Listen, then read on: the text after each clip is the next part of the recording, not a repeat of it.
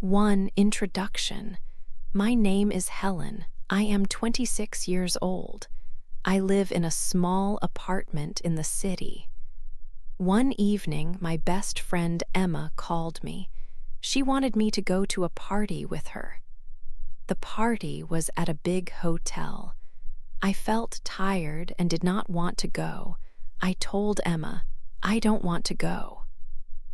But Emma said, "Come on, Helen, you need to have some fun. It will be a good night." So I decided to go. I put on a short black dress. I also put on red lipstick. I wanted to look nice for Emma.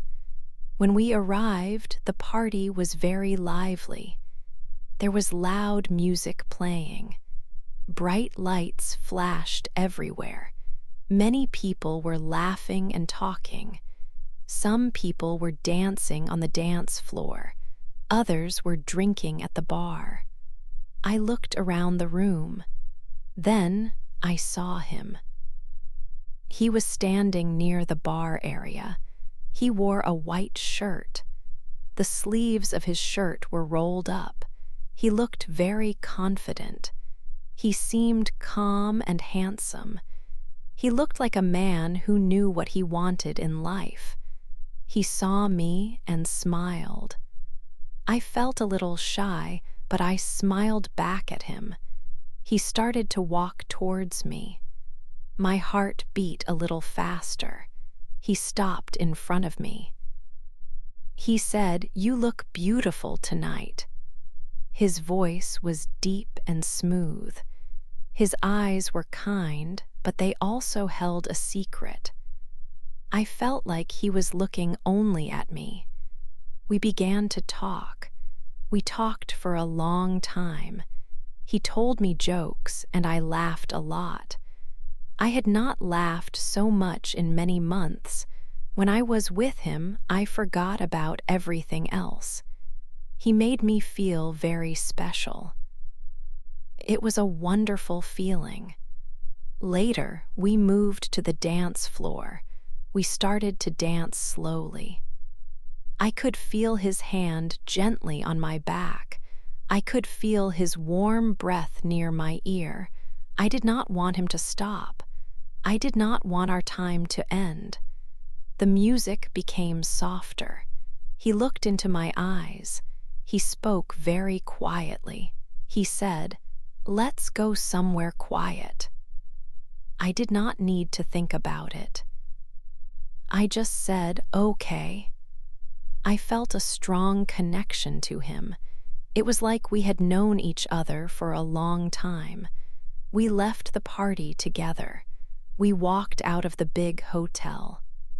That night, I did not know that this one choice would change my life completely.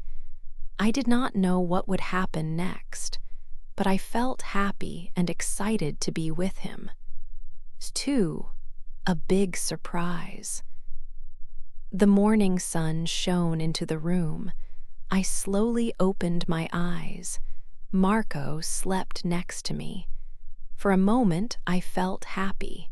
He looked peaceful. I just watched him. It felt like a perfect morning after a special night. After a while, Marco started to move. He sat up. He reached for his jacket on the floor. As he picked it up, something small fell from a pocket. It made a soft sound. I looked down to see it. My heart stopped. It was a golden ring. It looked like a wedding ring. My happy feeling disappeared fast. My body felt cold. My heart beat very quickly. I could not speak. I just stared at the shiny ring. Marco saw it. He looked at the ring, then at me. He looked worried. "Marco," I said, my voice shook. "What is this?" He sighed. He did not speak. Then he looked up. "It is not what you think," he said. I felt anger. "You are married, aren't you?" I asked loudly. My voice was strong. He tried to come closer to hold my hand, but I moved away. I pushed him. "You lied to me," I shouted. Tears came. I felt confused and sad. He took my hand quickly, holding it tight. "Please, Helen, listen to me," he said. His eyes looked sad. "Yes, I am married, but it is over. My wife, she cheated. We do not love each other. I am divorcing her. We will separate soon." His eyes looked sad and honest. I wanted to stay angry, but I could not. His voice made me feel weak. I saw pain in his eyes. He moved closer. He kissed me gently. Then he whispered, "You are the only one I want, Helen." And I believed him. 3. Our secret time. After that morning, Marco and I started a secret relationship. We could not be seen together in public. We met in quiet places. Sometimes we went to small cafes. Other times we stayed in hotel rooms. Most often we were in my apartment. When we were alone, Marco made me feel very special. He looked at me with kind eyes. He held my hand. He made me feel like the only woman in the world. This feeling made me forget about the secret we were keeping. He often called me late at night. The phone would ring after it was dark. He would whisper, "I miss you, Helen." His voice was soft and warm. I would smile in my bed. These calls made me happy. They made me feel wanted. I liked hearing his voice before I slept. I felt a strong connection to him, even over the phone. During our secret meetings, I often asked him about his divorce. "When will it be finished, Marco?" I would say. I wanted to know when we could be together openly. He always looked a little sad when I asked. He would say, "Soon, Helen, just a few more weeks." He always had the same answer. I waited.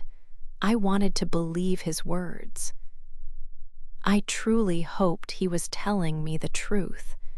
But deep inside, I started to feel a small worry. Something did not feel right. When his phone rang, he always answered it very fast. Sometimes he would leave the room to talk. He said it was about work, but his voice sounded different. It was not the same soft voice he used with me. He would talk quietly. I could not hear what he said.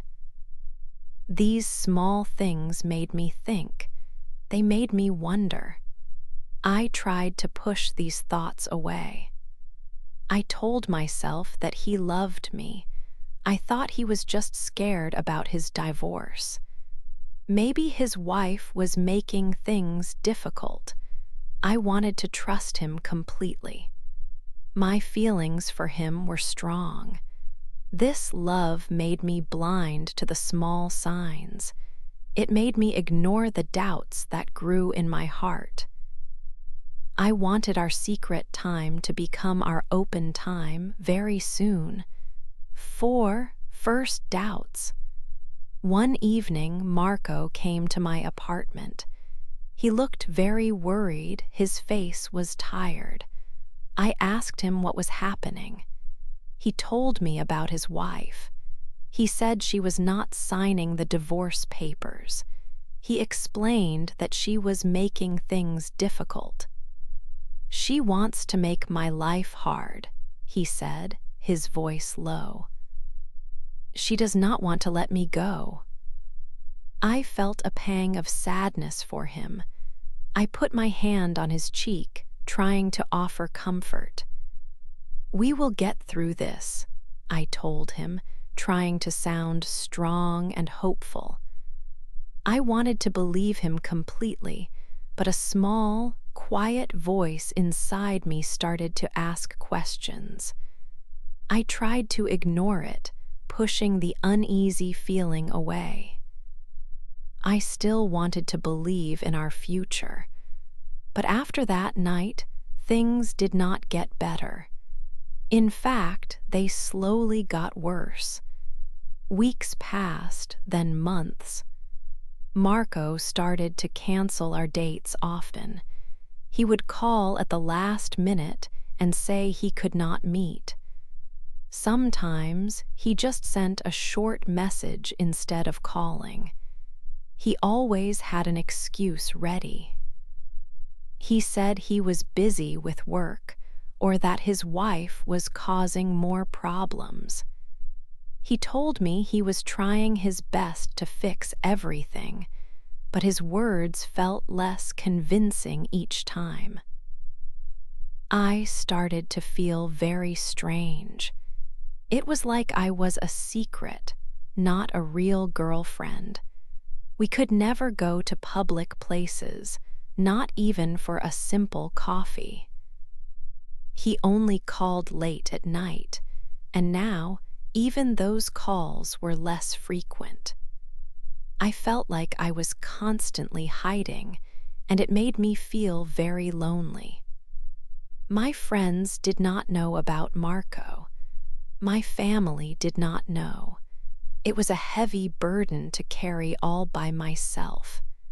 I started to think more and more about the wedding ring I had found that first morning. Was he really divorcing her? Or was I just a distraction for him, a hidden part of his life? My doubts grew bigger and stronger every day. I tried to call him. I called many times, again and again, but he stopped answering my calls. My phone stayed silent for hours, sometimes for an entire day. I waited and waited, looking at my phone screen. Every time it lit up, I hoped it was him, but it was never Marco.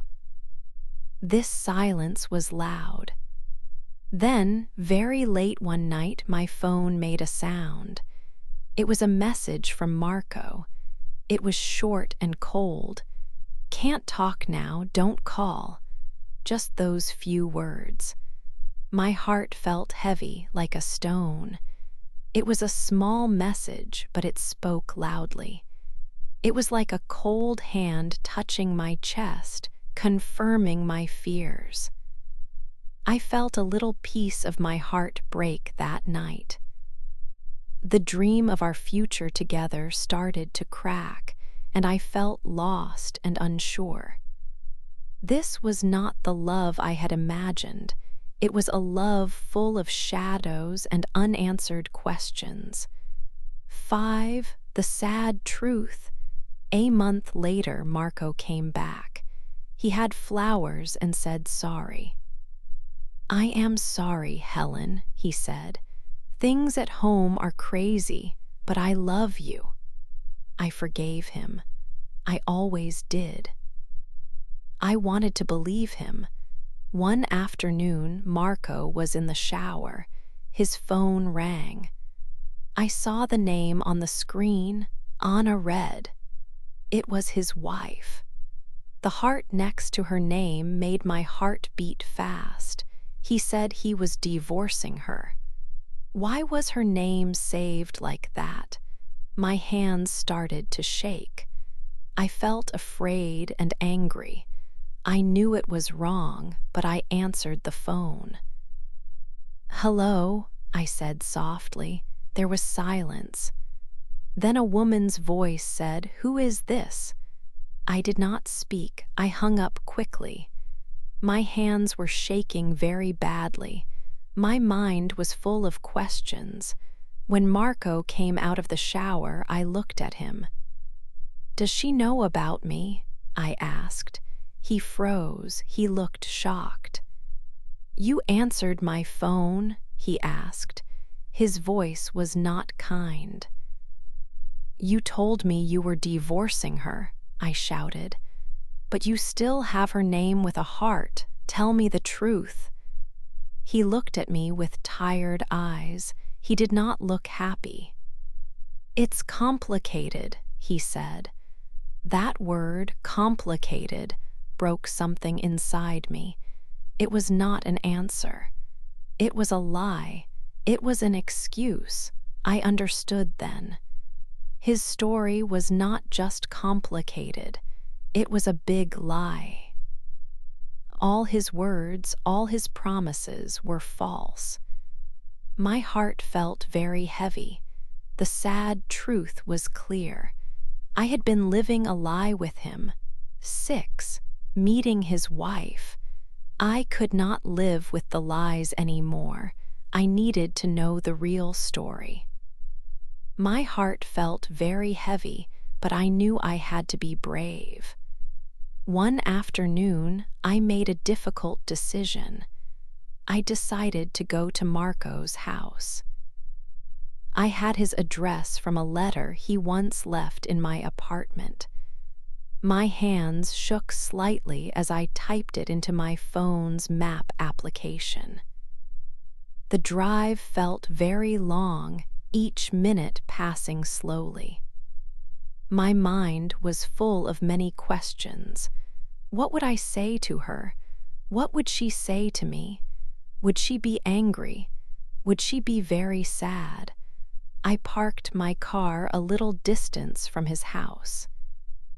It was a nice house with a small green garden in the front. I sat in my car for a long time, looking at the front door. It seemed so big, like a door to a new and painful truth.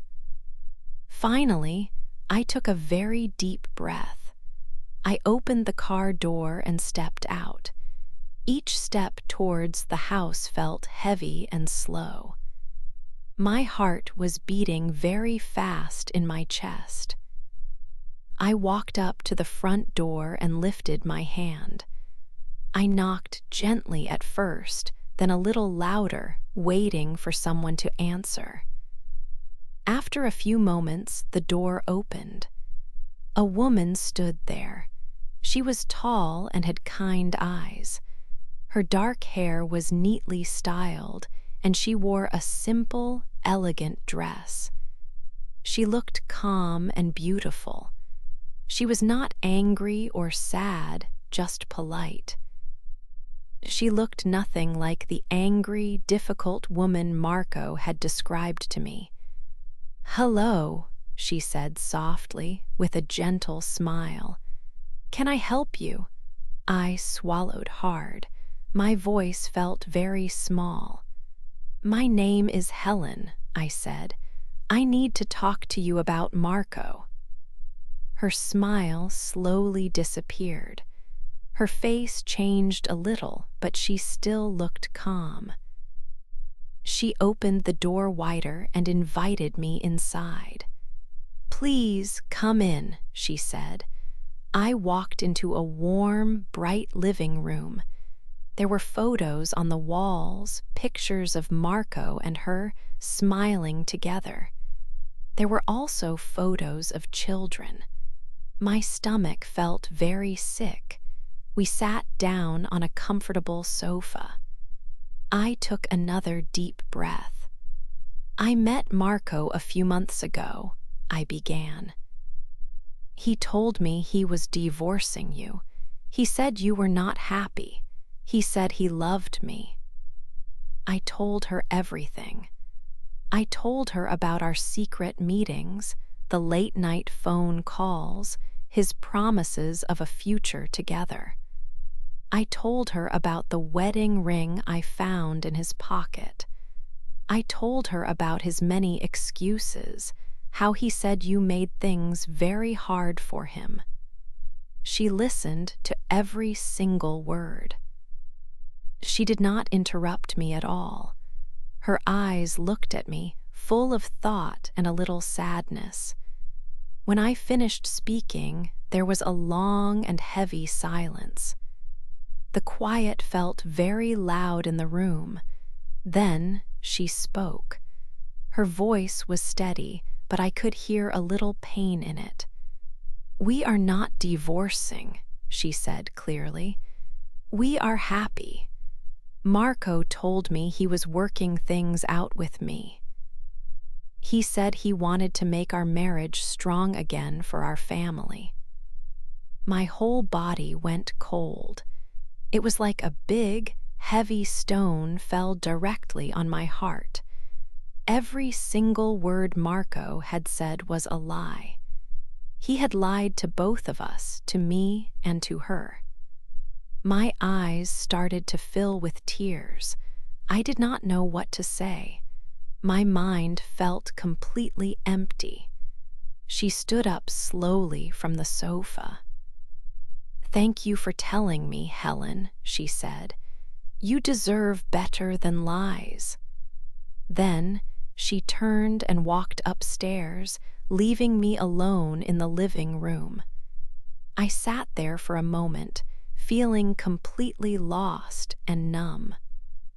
I stood up slowly and walked out of the house. The tears finally fell as I got back to my car. My heart was broken into many, many pieces. The truth was much worse than any doubt I had. 7, the last goodbye. After I left Marco's house, I felt very sad. My heart was broken into many pieces. I went back to my apartment. That night, Marco called me many times. My phone rang again and again. I saw his name on the screen. I did not answer any of his calls. I did not want to talk to him. I just wanted to be alone. I needed time to think about everything. My mind was full of sad thoughts. The next day, Marco came to my apartment. I heard a knock on my door. I knew it was him. I felt my stomach hurt. I opened the door slowly. He stood there, looking tired and unhappy. His eyes were red like he had not slept. He looked at me with a serious face. "You went to my house," he said. His voice was low. He sounded angry. "Yes," I answered. My voice was strong, even though I felt weak inside. She deserved to know the truth. Anna deserved to know everything. Marco looked away from me. He took a deep breath. Then he looked back at me. His anger seemed to leave him. Now he looked very sad. He whispered, "She left me. Anna left our home." I looked at him. My eyes started to fill with tears. I remembered how much he had hurt me. I remembered all his lies. I remembered how he said he loved me, but he was still married. I felt a mix of sadness and a strange kind of victory. "Good," I said. My voice was a little shaky. "Now you know how it feels to be left. Now you know how it feels to have your heart broken." He tried to reach for my hand. He wanted to touch me, but I quickly moved my hand away. I did not want him to touch me anymore. His touch was not real. His love was not real. "It is over, Marco," I told him clearly. "Everything between us is finished. You broke Anna's heart. You also broke my heart. I cannot be part of your lies anymore. I cannot live like this." He started to beg. He said he was sorry. He said he would change. He promised me he would do anything. He said he would fix things. He tried to tell me he still loved me, but his words meant nothing to me now. I had heard his promises before. I had believed his lies before. Not again. I turned away from him. I walked back inside my apartment. He stood there, still talking, still begging. But I did not listen. I took a deep breath and closed the door. I closed it slowly and firmly. The sound was quiet, but it was a final sound. I closed the door on Marco forever. I leaned against the door and slid down to the floor. Tears came fast. I cried for Anna.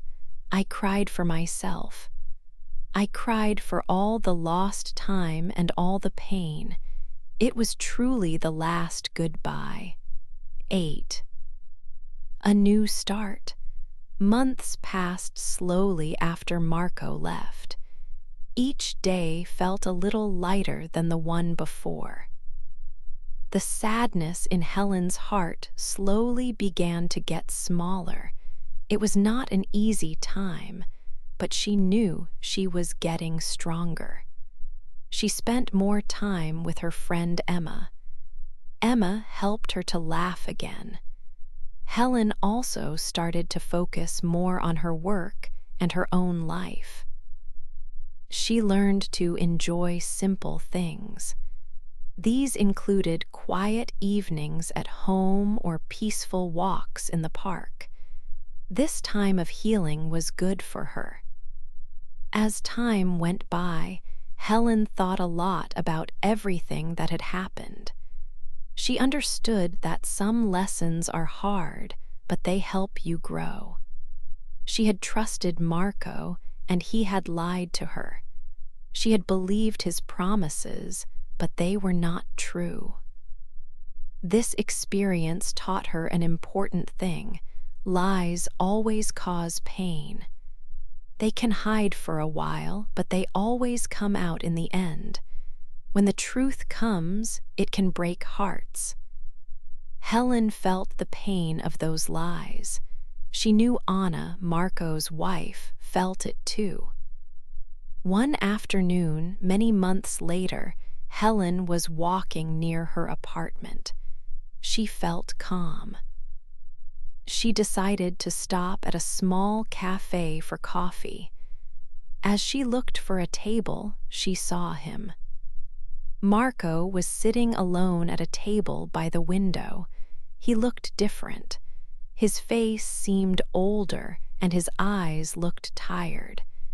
He did not have the confident smile she remembered. He looked lonely. Their eyes met across the room. For a moment, time stopped. Helen felt some old feelings, but not anger or deep sadness. It was more like a quiet understanding of the past. They did not speak. There was nothing left to say. Helen remembered being a secret, the constant worry, and the broken heart. She knew she deserved better than that kind of life. She turned away from Marco. She did not want to go back to that old life. She walked out of the cafe and down the street. The air felt fresh. A small smile touched her lips. She felt a new kind of freedom. The heavy feeling she had carried was gone. She was ready for her own new start. She understood that letting go of the past helps you find happiness. She promised herself she would never again fall for someone who belonged to someone else. Secrets, she knew, always lead to pain. She was ready to live a life full of truth and real happiness.